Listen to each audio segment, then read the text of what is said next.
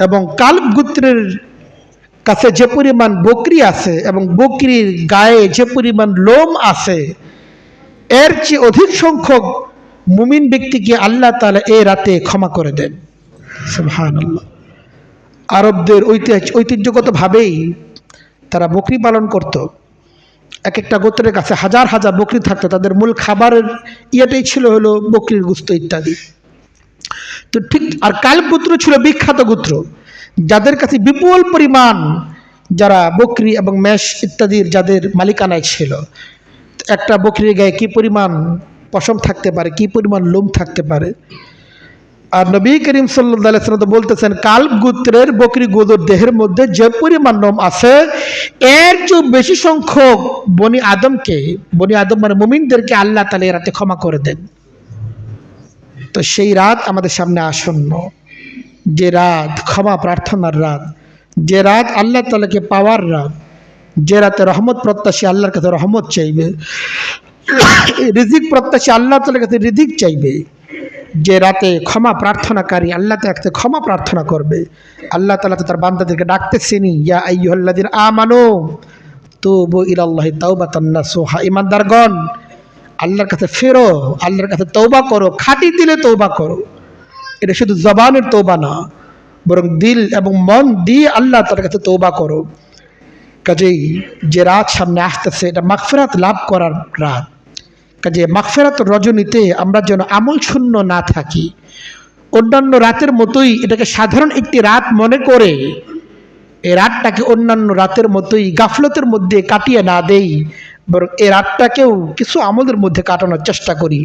যদিও মুমিনের প্রত্যেকটা রাতই আসলে আমলের রাত, প্রত্যেকটা রাতেই তার আমলের মধ্যেই থাকা চাই, কিন্তু বিশেষ যে রাতগুলো আছে এই রাতগুলোতে আমলের প্রতি আরও বেশি যত্নবান হওয়া চাই। এ রাতে একজন আমল করতে চান তো নামাজ আদায় করতে পারেন, সর্বশ্রেষ্ঠ আমল নামাজ। তবে সেই নামাজের জন্য নির্ধারিত করে পন্থা খোঁজার প্রয়োজন নেই যে এই নামাজের সুরত কি, এই নামাজের পদ্ধতি কি, সূরা ফাতিহা কয়বার পড়তে হবে, সাথে সূরা ইখলাস কয়বার মিলাতে হবে। এগুলো হলো মানুষের বানোয়াট কথাবার্তা, এগুলোর কোরআন এবং হাদিসের দ্বারা এগুলোর কোনো ভিত্তি নেই। সাধারণ যে নামাজের তরিকা আছে, সুন্নাহ সম্মত নামাজের যে পদ্ধতি আছে, এই নামাজটি আপনি পড়তে পারেন।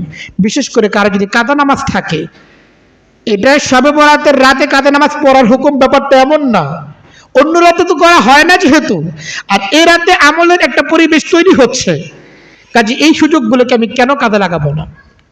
কাজেই যদি কারো কাদা নামাজ থাকে, কাদা নামাজ আদায় করতে পারি, কিছু নফল নামাজ আদায় করতে পারি। সারা বছর হয়তো তাহাজ্জুদ আদায় করার ওভাবে সুযোগ হয় না, যেহেতু এ রাতে আমলের একটা পরিবেশ তৈরি হয়েছে, তো এ রাতে তাহাজ্জুদের আমলটাও করতে পারি। যদিও নির্ধারিত করে পন্থায় কোনো নামাজের কথা হাদিসের মধ্যে নেই, যে হাদিসটি এ ব্যাপারে বর্ণিত রয়েছে সেটা নিতান্তই দুর্বল, অনেকে সেটাকে জাল আখ্যায়িত করেছেন। যদিও উলামায়ে কেরামের বক্তব্য হচ্ছে এটি আসলে জাল নয়, তবে দুর্বল হাদিস। সেটাও হযরত মুআয ইবনে জাবাল থেকেই বর্ণিত, ইবনে মাজাহ শরীফের মধ্যে এসেছে। আল্লাহ রাসূল সাল্লাল্লাহু আলাইহি ওয়াসাল্লাম বলেন এই হাদিসের ভাষ্য অনুসারে, যদি এটা অত্যন্ত দুর্বল বর্ণনা, ইযা জাআত লাইলাতুম মিন নিসফি শাবান ফাকুমু লাইলাহা ওয়া সুমু নাহারাহা, যখন শাবানের মধ্য রজনী আসে তোমরা রাতে নামাজ আদায় করো আর দিনের বেলা রোজা রাখো। এই হাদিসটি তুলনামূলক দুর্বল, তবে এই দুর্বলতার অর্থ এই না যে এই হাদিসে এই রাতে নামাজ আদায় করব না, ব্যাপারটা এমন নয়। হাদিসের দুর্বলতার জায়গায় আছে। মুমিন নামাজ পড়বে, এটা তো হাদিসের কারণে নামাজ পড়তে হবে এমন না, নামাজ তো মুমিনদের নিয়মিত কর্তব্যের অংশ। কাজে নামাজের প্রতি যত্নবান থাকা চাই, তবে নির্ধারিত কোনো পন্থা, নির্ধারিত কোনো নিয়ম তালাশ করার কোনো সুযোগ আসলে নেই। এর পরবর্তী দিন আমরা রোজা রাখতে পারি। হাদিসের মধ্যে এসেছে নবী করিম সাল্লাল্লাহু আলাইহি ওয়াসাল্লাম প্রত্যেক মাসেরই কানা ইয়াসুম আইয়ামাল বীজ ওয়ালা ইফতিরু আইয়ামাল বীজ লা ফি সাফরিন ওয়ালা ফি হাদারিন। নবী করিম সাল্লাল্লাহু আলাইহি ওয়াসাল্লাম আরবি মাস অনুসারে 13, 14, 15 তারিখের রোজাগুলো কখনোই ত্যাগ করতেন না। নিয়মিত নবী করিম সাল্লাল্লাহু আলাইহি ওয়াসাল্লাম মাসের 13, 14, 15 তারিখে রোজা পালন করতেন। অন্য আরও 11টা 10টা মাস, রমজানে তো রাখি আমরা, এটা তো ফরজ হিসাবে রাখি, বিগত 10টা মাস হয়তো আদায় করা হয় নাই। এই মাসে তো সুযোগ আছে, নবীজি তো এই মাসে বেশিরভাগ সময় রোজা রাখতেন। আমি বেশিরভাগ সময় আমরা রাখতে পারি বা না পারি, অন্তত 3টা দিন তো রোজা রাখতে পারি। বুখারী শরীফের মধ্যে একটা সূত্র এসেছে, নবী করিম সাল্লাল্লাহু আলাইহি ওয়াসাল্লাম আম্মা জান আয়েশাকে জিজ্ঞেস করেছিলেন, আলা তাসুমিনা, সারদা হাদা শাহরি, যে তুমি কি এই মাসের মধ্য তারিখে তুমি রোজা পালন করবে না? শাবান মাস সম্পর্কে নবীজি বলেছিলেন। তো এই হাদিসের দ্বারা বোঝা যায় যে শাবানের মধ্য তারিখ এটা রোজা পালনের জন্য চমৎকার একটি মাস। তো নানা হাদিস দ্বারাই এই দিনের রোজা এটা আমরা প্রমাণ সিদ্ধ আসলে। কাজে আমরা যারা চাই তো এই মাসে রোজা রাখতে পারি, বিশেষভাবে রোজা রাখতে পারি, 3 দিন রোজা রাখতে পারি। 3 দিন যদি নাও হয় অন্তত 15 তারিখে রোজা, সেটা অন্তত আমরা রাখার চেষ্টা করতে পারি এ মাসে। কেউ যদি চায়, বা শবে বরাতের যে রাত বলতেছি আমরা, শবে বরাতে কেউ যদি কবর জিয়ারত করতে চায় তো একাকি কবর জিয়ারত করতে পারে। নবী করিম সাল্লাল্লাহু আলাইহি সাল্লাম এ রাতে জান্নাতুল বাকিতে গিয়ে গোরস্থানে গিয়েছেন এবং মাইয়িতদের জন্য দোয়া করেছেন। বাকি এটাকে দলবদ্ধভাবে যাওয়া বা এটাকে কোনো রুসুম রেওয়াজ রূপ দেওয়ার কোনো কারণ নেই। নবী করিম সাল্লাল্লাহু আলাইহি সাল্লাম একাকি গিয়েছেন, সেটাকে দলবদ্ধ কোনো রূপ দিয়েছেন, জমায়েত করে গিয়েছেন, বিষয়টা এমন না। কাজে আমরাও ব্যক্তিগতভাবে নিজেদের জন্য যেমন দোয়া করব, নিজেদের মধ্যে আল্লাহ তাআলা ভয় আনার জন্য, মৌতের ফিকির আনার জন্য কবর জিয়ারতে আমরাও যেতে পারি। বিশেষ করে এই রাতকে তওবার মধ্যে কাজে লাগানো চাই, যেহেতু এ রাতে আল্লাহ তাআলা ক্ষমা প্রার্থনাকারীদেরকে ক্ষমা করার ওয়াদা করেছেন। কাজে এই রাতে বিশেষভাবে আল্লাহ তাআলার কাছে তওবা করা চাই, ক্ষমা প্রার্থনা করা চাই। তর্ক বিতর্ক অনেক হয়েছে আমাদের সমাজের মধ্যে, তর্ক বিতর্কের নানা বিষয়বস্তু আছে।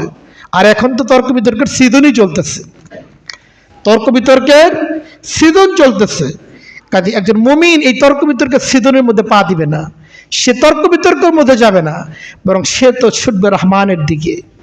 বহু মানুষ তারেক রহমানের দিকে ছুটতেছে, কেউ ডাক্তার শফিকুর রহমানের দিকে ঢুকতেছে, কিন্তু এই মাস হচ্ছে রহমানকে পাওয়ার মাস। আমাদের তারেক রহমানের প্রয়োজন নেই, শফিক রহমানের প্রয়োজন নেই, মুমিনের তো প্রয়োজন হলো তার দিনের মধ্যে কিভাবে সে রহমানকে বসাবে, রহমানকে কিভাবে খুশি করবে, সেই ফিকির করা উচিত। আমাদের দেশে যে সার্বিক অবস্থা, এই দেশকে সংশোধন করা সকলের জন্যই কঠিন। যে যত প্রতিশ্রুতি দেখ, প্রতিশ্রুতি আমরা প্রত্যেকের ব্যাপার আমরা সুধারণা পোষণ করতে চাই। বাকি এদেশের যে স্বাভাবিক অবস্থা, আল্লাহ তাআলা যদি আমাদের জন্য রহমত না করেন, রহমান যদি আমাদের প্রতি রহমত না করেন, তাহলে আমাদের জন্য আমাদের দেশে সংশোধন অত্যন্ত কঠিন ব্যাপার। এজন্য সিজন চলতেছে মানুষের দিকে দৌড়ানোর, আসুন আমরা রবের দিকে দৌড়াই। এই মাস হচ্ছে রবের দিকে দৌড়ানোর মাস। এই মাসে আল্লাহ তাআলাকে খুশি করার মাস। রহমান আমাদেরকে ডাকতেছেন, কেন আমি রহমানের ডাকে সারা বাদ দিয়ে রহমানের গোলামের দিকে ছুটবো? গোলামের ক্ষমতা আছে, ক্ষমতা কার? একমাত্র আল্লাহ তাআলার ক্ষমতা। আমরা গোলাম সকলের জন্য দোয়া করি।